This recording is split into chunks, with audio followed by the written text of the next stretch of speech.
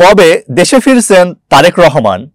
বিএনপির ভারপ্রাপ্ত চেয়ারম্যান তারেক রহমানের দেশে ফেরাকে কেন্দ্র করে রাজনৈতিক অঙ্গনে জোর আলোচনা চলছে। শিগগিরই তিনি ফিরছেন এমন বার্তা বিএনপির নেতারা দিলেও তার প্রত্যাবর্তনের নির্দিষ্ট দিনক্ষণ এখনো জানানো হয়নি। দলের শীর্ষ নেতৃত্ব বলছে প্রয়োজনীয় প্রস্তুতি নেওয়া হচ্ছে, তবে সিদ্ধান্ত রাজনৈতিক বাস্তবতা ও নিরাপত্তা বিবেচনায় নেওয়া হবে। দলীয় একটি সূত্র জানিয়েছে তারেক রহমান আগামী অগস্টের শেষ দিকে দেশে ফিরতে পারেন, যদিও এটি এখনো চূড়ান্ত নয়। আসন্ন জাতীয় নির্বাচন, দেশের রাজনৈতিক পরিস্থিতি ও ব্যক্তিগত নিরাপত্তার বিষয়গুলো তার প্রত্যাবর্তনের সময় নির্ধারণে গুরুত্বপূর্ণ বিবেচ্য বিষয় হয়ে উঠেছে। সূত্র বলছে আগস্টে দেশ ফেরার সম্ভাবনা থাকলেও বর্ষাকালের বৈরী আবহাওয়ার কারণে বড় আকারে গণ অভ্যুত্থানের প্রস্তুতিতে বিঘ্ন ঘটতে পারে। তাই দল ভিন্ন সময় ভাবছে। এর মধ্যেই গুলশানের 196 নম্বর বাড়িতে তারেক রহমানের থাকার প্রস্তুতি চলছে।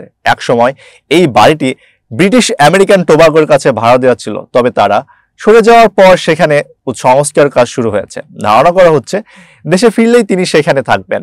2007 সালের 7 মার্চ 1:11 সময় তারেক রহমান গ্রেপ্তার হন এবং 2008 সালে জামিনে মুক্তি পেয়ে চিকিৎসার জন্য লন্ডনে চলে যান। এরপর থেকে তিনি সেখানেই অবস্থান করছেন।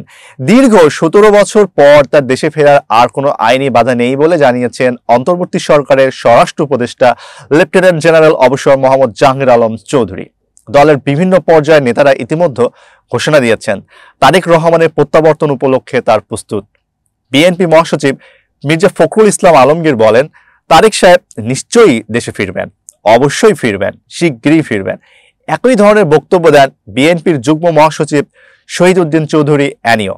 বিএনপির রাজনীতির সঙ্গে ঘনিষ্ঠ এক বিশ্লেষক মনে করেন তারেক রহমানের প্রত্যাবর্তন দুটি সম্ভাবনার উপর নির্ভর করছে: নির্বাচনী জয়ী হয়ে রাজকীয়ভাবে ফেরা কিংবা সরকারের উপর রাজনৈতিক চাপ তৈরির কৌশল হিসাবে ফিরে আসা। লন্ডনে তার সঙ্গে অন্তর্বর্তী সরকারের প্রধান উপদেষ্টা ডক্টর ইউনূসের বৈঠকের পর 2026 সালের ফেব্রুয়ারির মধ্যে নির্বাচন আয়োজনের কথা উঠেছে।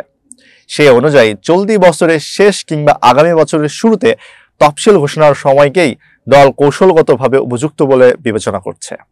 এতক্ষণ বার্তা বৈঠকের সঙ্গে থাকার জন্য ধন্যবাদ। নতুন নতুন তথ্য ও সংবাদ পেতে বার্তা বৈঠকের ইউটিউব চ্যানেল ও ফেসবুক পেজের সাথেই